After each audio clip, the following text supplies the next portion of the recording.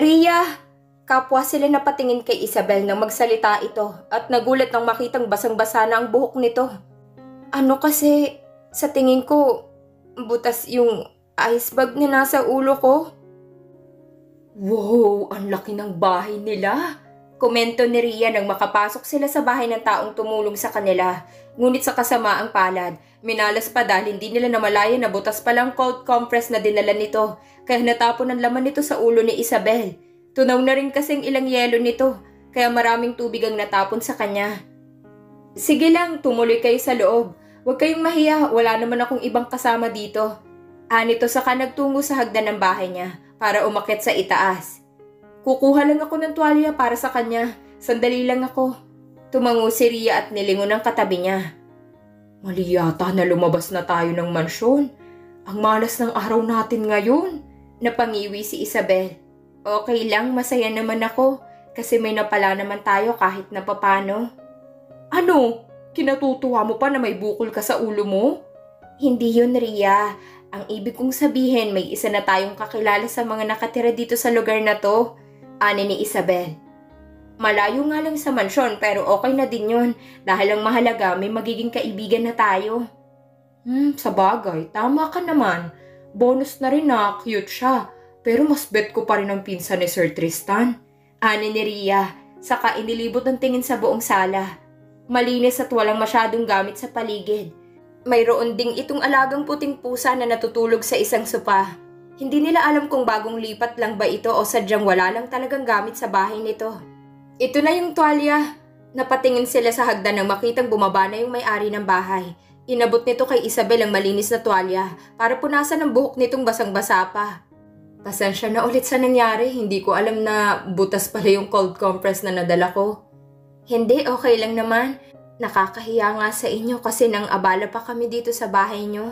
Naiilang na wika ni Isabel bago tanggapin ang inabot na tuwalya sa kanila. Maraming salamat sa tulong nyo, pati na rin sa aklat na binigay nyo sa akin nung nakaraang araw kung naaalala nyo. Saglit itong natigilan, ngunit maya-maya lang ay nagpakawala ito ng mahinang tawa. Wow, so naaalala mo pa pala ako? Anito, saka napakamot sa ulo. Ang akala ko hindi mo ako natatandaan kaya hindi ko nabanggit sa'yo agad ang tungkol doon. Naku, paano ko kayo magagawang kalimutan? Sobrang ako nagpapasalamat sa inyo dahil may napagtanto ako matapos niyong ibigay sa akin ng aklat na yon. Ani ni Isabel. Lumingon siya kay Ria para isama sa usapan nila ngunit base sa ekspresyon ng mukha nito. Wala itong ideya na magkakilala na palang dalawa kaya pinaalala niya ang kwento niya noong araw na nagtungo sila sa palengke. Okay, naalala ko na. Napakamot ito sa ulo. Saka natatawang tumingin sa lalaki na nasa harapan nila. Kayo pala yung teacher na kwento niya. Grabe, ang liit ng mundo. Sino mag-aakalang magkikita ulit kayo? Agad namang sumang-ayon si Isabel. Saka ibinalik ang tingin sa kausap nila. Maraming salamat ulit sa tulong niyo, teacher. Adam, pagpapakilala nito. Saka nilahad ang kanang kamay sa harap ng dalawa. Adam na lang ang itawag niyo sa akin. Maging casual tayo sa isa't isa. Ikaw, pwede ko bang malaman ang pangalan mo? Tinanggap naman ni Isabel ang kamay nito. Ako naman po si Isabel, pero pwede niyo akong tawagin sa palayo ko na Isa. Ako naman si Ria. Pagpapakilala ni Ria, saka inilahad ang kamay upang siya naman ang kamayan. Isa akong maid sa mansyon ng mga Vasquez at si Isa naman ay asawa ng amo ko. Sandaling nagkaroon ng katahimikan bago bitawan ni Adam ang kamay ni Isabel. Oh, I see. At saka naman nito kinamayan si Ria. Nice meeting you, Ria. Ganoon rin kaming dalawa ni Isa. Aniya sa kanilingon ng katabi. Pasensya na pero kailangan na rin naming umalis na dalawa. 30 minutes lang kasing paalam namin kaya hindi kami pwedeng magtagal baka hanapin kami sa mansyon. Oh, sure. Walang problema. Ihahatid ko na kayo sa labas. Presenta ni Adam bago sila sabay-sabay na lumabas ng bahay. Pansin ni Isabel na tila nagmamadaling makaalis si Ria. Ngunit imbis na magtanong, hinintay na lamang niya itong magsalita sa kanya. Isa, napil mo ba yung nafe-feel ko kanina? Ani ni Ria habang sila'y nagbibisikleta pa uwi sa mansyon. Parang ang lagkit ng tingin niya sa'yo kanina. Nawala lang nung sinadya kong banggitin na may asawa ka na. Sandali siyang tiningnan ni Isa bago ibalik ang atensyon sa daan. Talaga? Hindi ko naman yun napansin sa paraan ng tingin niya sa akin kanina. Baka naman nagkamali ka lang, Ria. Hindi, sure ako sa naramdaman ko kanina. Feel ko, type ka nung Adam, kaya binanggit ko na may asawa ka para hindi na siya magtangkapang gumawa ng move sa'yo. Paliwanag ni Ria. Tsaka ngayon ko lang na-realize mali ang ginawa nating pagpasok sa loob ng bahay niya kanina. Hindi naman sa pagiging judgmental pero paano kung masama pala siyang tao tapos naghihintay lang siya ng tamang pagkakataon para ikulong tayo sa loob ng bahay niya kanina. Unti-unting binagalan ni Isabel ang pagbibisikleta hanggang sa mapagpasyahan niyang huminto sa isang malilim na pwesto. Bakit huminto tayo? Takang tanong ni Ria. May problema ba? Wala naman pero medyo nasaktan ako sa sinabi mo para sa kanya. Pagtatapat ni Isabel. Sa tingin ko hindi naman siya masamang tao. Hindi ba't naikwento ko naman sa'yo na nagtuturo siya sa mga palaboy-laboy na bata sa kalsada? Oo, pero hindi naman natin masasabi agad kung mabuti siyang tao dahil sa nakita mo siyang nagtuturo ng libre sa mga bata sa kalsada. Tama ka, ani ni Isabel. Hindi rin natin masasabi na masama siyang tao dahil sa mga tingin niya sa akin kanina. Nagkaroon ng katahimikan sa pagitan nilang dalawa. Segundong tinagal ng pagsusukatan nila ng tingin bago sumuko si Ria. Pasensya na. Nagpakawala siya ng isang malalim na buntong hininga at agad na nakaramdam ng konsensya. Ang judgmental ko pala. Nagmamagandang loob lang siya pero hinusgahan ko agad ang buong pagkatao niya. Tinapik siya sa balikat ni Isabel. Okay lang, basta ang mahalaga na amin natin sa sarili natin kung ano yung pagkakamali natin. Wala namang perpektong tao, Ria. Pilit itong ngumiti at tumango sa narinig. Nahalata niya siguro yung biglaang pagbabago ng kilos ko kanina. Nakakahiya. Di bumawi na lang tayo sa susunod na makita natin siya. Tinaas ni Isabel ang hawak na tuwalya. Isasauli natin to sa kanya, kaya meron tayong rason para kitain si Adam. Tama, sorry din ako dahil malamang na-offend siya sa mga actions ko kanina. Pagsang-ayon ni Ria bago pa ikutin at apakan ng pedal ng bisikleta. Halika na, bumalik na tayo sa mansyon. Magyayari ako kay Manang Rosa nito pag nagtagal pa tayo lalo. Baka bawasan ang sweldo ko. Kapwa sila nagtawanan bago mapagpasyahang tumuloy sa pagbibisikleta pa uwi sa mansyon. Maaliwalas ang ngiti nilang dalawa maliban kay Ria na may itinatagong madilim na nakaraan na konektado sa naging akto niya kanina. Isang pangyayari na pilit ibinabaon sa limot, ngunit patuloy pa rin siyang nakakakita ng rason para ito'y maalala niya. Ria, gusto mo sumama sa amin mamaya sa bahay? Tatambay dun lahat ng classmate natin. Sama ka! Pagyayaya ng kaeskwela ni Ria nang sila'y magkasalubong sa pasilyo ng eskwelahan nila. Anong oras? Tanong niya rito. Mamayang uwian. Half day lang daw tayo ngayon, kaya sumama ka na. Lahat ng classmates natin kasama. Matagal bago siya nakasagot. Sige, titignan ko kung makakasama ako. Sumama ka na. Wala ka namang gagawin sa inyo, diba? Minsan lang to, kaya huwag ka na magdalawang isip. Pagpupumilit pa sa kanya nito, kaya wala siyang nagawa kundi ang umoo. Dahil mukhang wala siyang balak tigilan ng kaeskwela niya. Sumapit ang kanilang uwian, sabikang lahat na pumunta sa bahay ng kaeskwela nila para magpalipas ng oras. Lahat ay nagkakatuwaan sa kani-kanilang mga kwento sa buhay, ngunit ang hindi nila alam. Ang isa sa mga kasama nila ay nakakaranas na ng isang pangyayaring magbabago sa takbo ng kapalaran nito. Isang bangungot, dahilan para tuluyang bumagsak ang pangarap ni Ria at masira ang buhay niya. Ria, may ginagawa ka ba? Tulungan mo nga muna ako saglit. Nabalik si Ria sa realidad nang lapitan siya ng isa sa mga kasambahay sa mansyon. Bakit? Ano bang gagawin? Tanong ni Ria, saka inilapag sa mesa ang baso kung saan siya uminom kanina. Tulungan mo akong maghiwa ng mga kasangkapan. Kari-kari daw lulutuin ni Manang Rosa. Hindi ko naman alam kung paanong hiwang gagawin sa mga isasahog doon. Bahagyang natawa si Ria. Sige, ako nang bahala doon. Pakidiligan na lang yung mga halaman at bulaklak sa garden. Hapon na eh. Haniya at agad naman pumayag ang kasambahay na nakipagpalit ng gawain sa kanya. Pumunta si Ria sa kusina para gawin ang trabaho niya at nang mapadaan ang tingin sa sala, natigilan siya nang makitang mag-asawa sa isang posisyon na hindi dapat makita ng iba. Wow, umaarangkada na sila? Ani ni Ria bago magpatuloy sa paglalakad patungo sa kusina. Kinailangan niyang maging maingat sa paghakbang para hindi maistorbong dalawa sa sopa. Magkapatong at nagtititigan sa halip na bumangon ng isa. Halata ang gulat sa mga mukha nila. Ngunit paano nga ba sila napunta sa posisyong yun? Sa salas nakaupo ang mag-asawa sa magkabilang sopa, habang abalang kanilang mga mata sa mga papel na hawak nila. Si Tristan ay kanina pa nakauwi galing sa trabaho, ngunit kagaya ng inaasahan ng utak nito ay nasa trabaho pa rin, kahit na siya ay nakalabas na mula sa opisina. Si Isabel naman ay muling sumusubok sa pagbabasa ng mga talata sa aklat na hawak, ngunit sa pagkakataong ito, mata at utak lang ang pinapagana niya at hindi mo na ginamit ang bibig dahil baka ito'y makaabala sa kasama niya. Pasimpleng dinaanan ng tingin ni Isabel si Tristan. Lukot ang muka habang binabasa ang mga nakasulat na report sa papel na hawak nito. Kanina pa niya napapansin na problemado ito dahil iisang ekspresyon lamang ang nilalabas nito mula nang ito'y maupo sa sopa.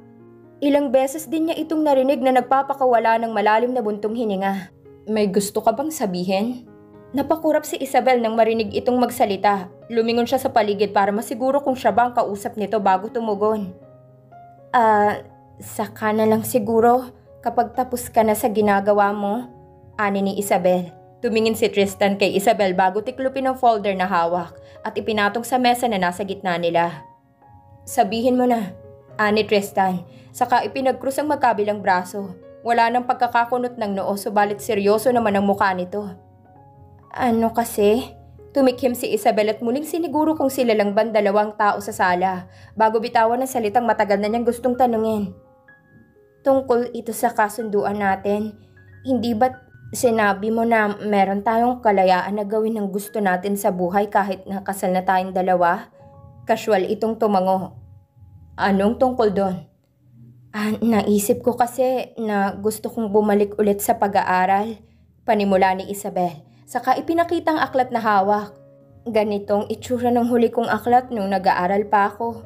Grade 2 ako noon pero tandang-tanda ko pang pabalat ng aklat na yun dahil importante sa akin yun. At binigay na rin yun ng teacher ko nung kinailangan kong huminto sa pag-aaral para tulungan ng lolo at lola ko. Tinabi ko siya para kapag may libreng oras ako magbabasa ako at aaralin yung mga nakalagay sa loob ng aklat. Pero sa kasamaang palad, tinangay siya ng baha nung nagkaroon ng malakas na bagyo sa amin. Sinubukan kong hanapin pero mukhang malabo na dahil sa sobrang putik na sa lugar namin.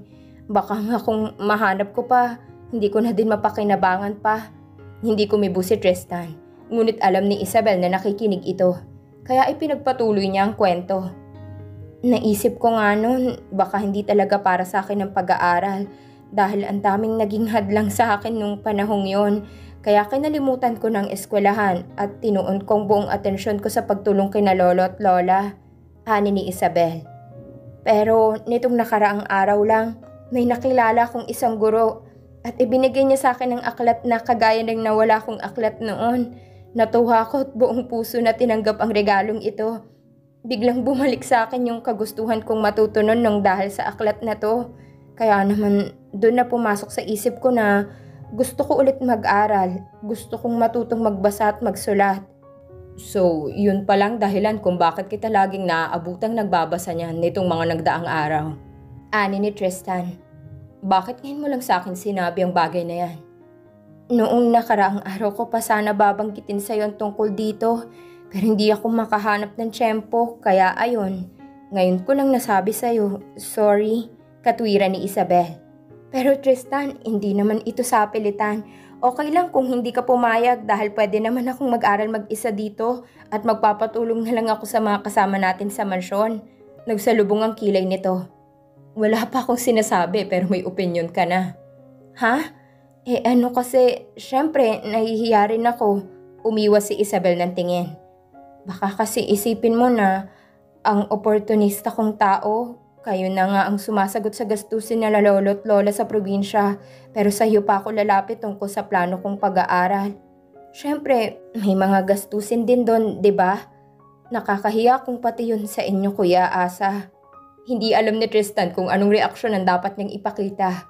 Hindi niya inaasahan na iyon ang sasabihin nito dahil animoy hindi naging mabigat kay Isabel ang desisyon nitong pagpapakasal sa kanya. Para sa kanya, wala itong dapat na ikahiya. Gayong pareho naman nilang mapapakinabangan ng isa't isa. Kung ganon, para saan pa ang kalayaang nakasaad sa kontrata kung hindi mo naman gagamitin? Hali ni Tristan, hindi mo kailangan mahiya sa akin, Isabel. Walang problema sa akin kung gusto mong mag-aral. Dahil ayon nga sa kasunduan, malaya tayong gawin kung anong gusto nating gawin sa buhay. As long as hindi ito magdudulot ng problema sa atin sa hinaharap. Unti-unting nagliwanag ang mukha ni Isabel. Kung ganun, payag ka? Sino ba ako para hindi pumayag? Tanong ni Tristan pabalik. Sa totoo lang masaya ako dahil nakakita ka ng rason para gawin ng bagay na ikaw rin ang makikinabang sa hinaharap. Mainam na rin na matuto kang magbasa para hindi ka na mapasok sa gulo kagaya nito. Bahagyang natawa si Isabel, ngunit hindi mapagkakaila na nakaramdam siya ng hiya. Tama naman kayo, pero sa totoo lang, hindi naman ako masyadong nagsisisi sa pinasok kong ito. Gumuhit muli ang pagtataka sa mukha ni Tristan. Bakit? Anong dahilan? Dahil mabuti naman pala kayong tao, ani ni Isabel. Masungit minsan pero naiintindihan ko naman dahil stress kayo sa trabaho nyo. Nagawa nyo pang gumawa ng kasunduan na hindi lang kayong makikinabang kundi pati na rin ako. Salamat dahil kayong pinakasalan ko. Muli na namang ginulat ni Isabel si Tristan. Hindi alam ni Tristan kung bakit nito kailangan magpasalamat sa kanya at hindi rin niya makita ang dahilan kung para saan ang pagpuri nito sa kanya. Palagay niya ay mas mahirap pang intindihin ang takbo ng utak nito kaysa sa mga report na binabasa niya kanina. Hindi niya mapagtagpi-tagpi ang mga binibitiwan nitong salita. Magulo at malabo para sa kanya. Napakakomplikado. Okay lang kayo? Tanong ni Isabel nang mapansin ang pansamantalang pagkatulala ni Tristan. Ayos lang ako. Nagugulat lang ako sa mga lumalabas sa bibig mo. Umiwas si Tristan ng tingin sa kanya. Saka kinuhang folder na pinatong niya sa mesa bago tumayo. Ngunit sa di inaasahang pangyayari, biglang umikot ang paningin niya. Nabitawan ng folder para humanap ng suporta dahil unti-unti siyang nawalan ng balanse. Tristan! Narinig ni Tristan ang boses ni Isabel, subalit hindi na niya kayang kontrolin ang sarili at bumagsak na lamang ang katawan niya sa kung saan. Hindi nawala ng malay si Tristan, subalit na natiling nakapikit ang kanyang mga mata para hintaying mawala ang hilong naramdaman niya. Hindi ito ang unang pagkakataon na mangyari ito, pero ito naman ang pinakamalala niyang naranasan dahil literal na nagdilim at umikot ang paningin niya. Tristan, ayos lang ba kayo? Naririnig niyo ba ako? Boses ito ni Isabel at batid ni Tristan na malapit lang ito sa kanya. Sandali lang, ani Tristan, habang pinakikiramdaman ng sarili kung kaya niya ba. Segundong lumipas bago niya napagpasyahang dumilat at alisin ang ulo mula sa una na pinagbagsakan niya. Subalit laking pagtataka nang ang unang bumungad sa kanya ay ang dibdib ng dalaga. Tila nawala ang hilong nararamdaman ni Tristan nang mapagtanto ang posisyon nila. Ang inaakalang una na pinagbagsakan ng mukha niya ay isa sa pinakaiingatang parte ng mga kababaihan. Hindi makapagsalita si Tristan, ngunit ramdam niya ang pag-init ng buong mukha niya.